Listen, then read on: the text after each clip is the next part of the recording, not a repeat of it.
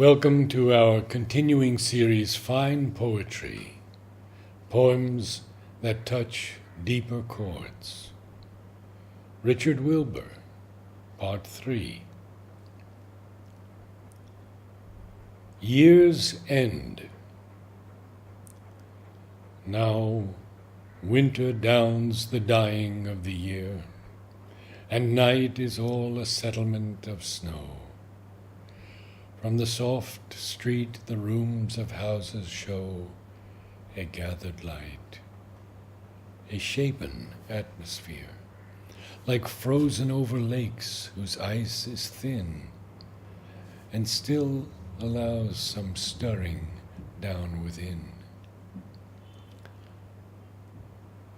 I've known the wind by water banks to shake the late leaves down, which frozen where they fell, and held in ice as dancers in a spell, fluttered all winter long into a lake, graved on the dark in gestures of descent.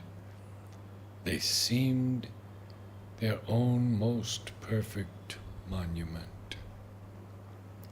There was perfection in the death of ferns, which laid their fragile cheeks against the stone a million years. Great mammoths overthrown composedly have made their long sojourns, like palaces of patience, in the gray and changeless lands of ice. And at Pompeii, the little dog lay curled and did not rise, but slept the deeper as the ashes rose, and found the people incomplete, and froze the random hands, the loose, unready eyes of men expecting yet another sun to do the shapely thing they had not done. These sudden ends of time must give us pause. We fray into the future rarely wrought, save in the tapestries of afterthought.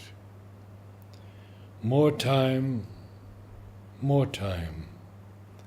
Barrages of applause come muffled from a buried radio. The New Year bells are wrangling with the snow. This second poem is titled, He Was. A brown old man with a green thumb. I can remember the screak on stones of his hoe, the chug, choke, and high madrigal wheeze of the spray cart bumping below the sputter leaves of the apple trees. But he was all but dumb, who filled some quarter of the day with sound, all of my childhood long. For all I heard of all his labors, I can now recall never a single word, until he went in the dead of fall to the drowsy underground, having planted a young orchard with so great care in that last year that none was lost, and May aroused them all, the leaves saying the land's praise for the livening clay, and the found voice of his buried hands rose in the sparrowy air.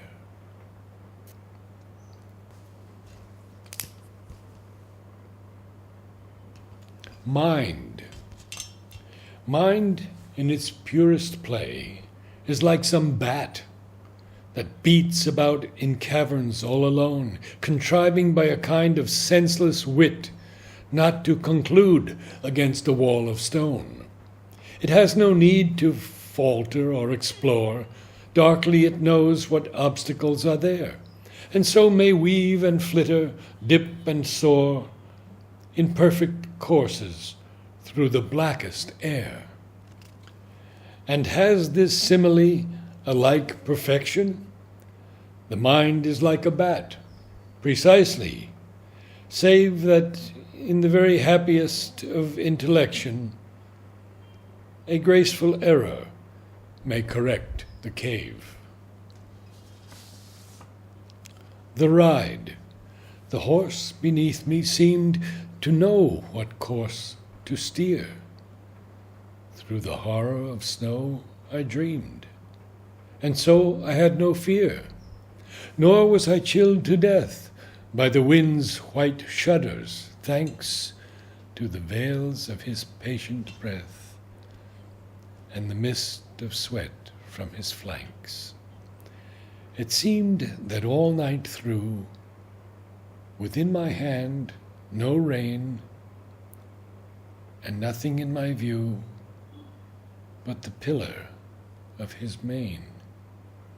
I rode with magic ease, at a quick, unstumbling trot, through shattering vacancies, on into what was not.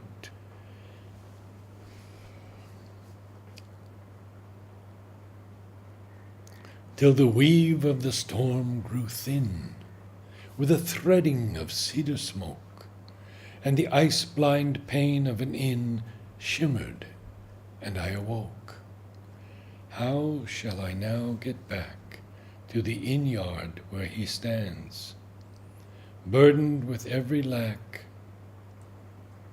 and waken the stable hands to give him, before I think that there was no horse at all, some hay, some water to drink, a blanket, and a stall.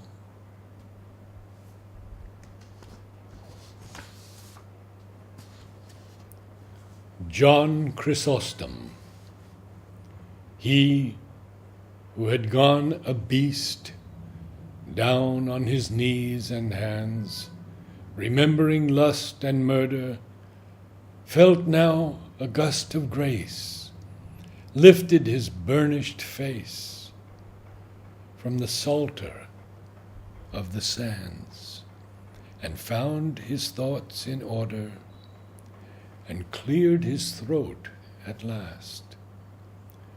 What they heard was a voice that spoke what they could learn from any gelded priest, yet rang like a great choir, he having taught hell's fire a singing way to burn, and borrowed of some dumb beast the wilderness to rejoice.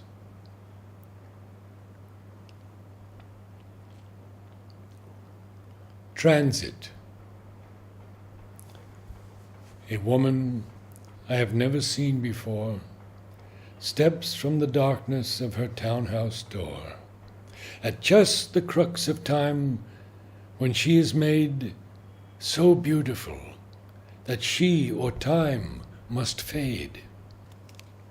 What use to claim that as she tugs her gloves, a phantom heraldry of all the loves blares from the lintel, that the staggered sun forgets in his confusion how to run?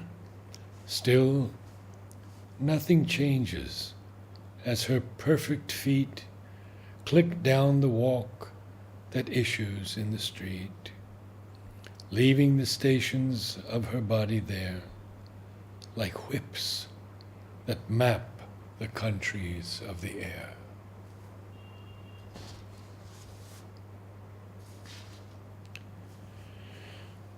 A wood. Some would distinguish nothing here but oaks, proud heads conversant with the power and glory of heaven's rays or heaven's thunderstrokes, and adumbrators to the understory, where in their shade small trees of modest leanings contend for light and are content with gleanings. And yet, here's dogwood, overshadowed, small, but not inclined to droop and count its losses. It cranes its way to sunlight after all, and signs the air of May with Maltese crosses.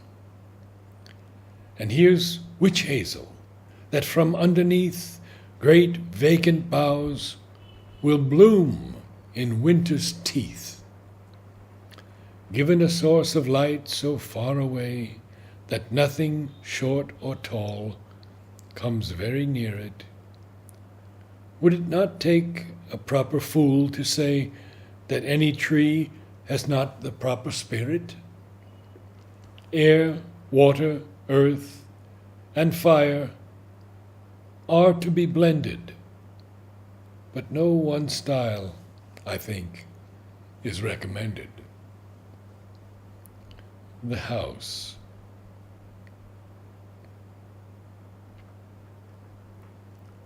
Sometimes, on waking, she would close her eyes for a last look at that white house she knew, in sleep alone, and held no title to, and had not entered yet, for all her sighs. What did she tell me of that house of hers? White gate-post, terrace, fanlight of the door, a widow's walk above the bouldered shore, salt winds that ruffle the surrounding firs.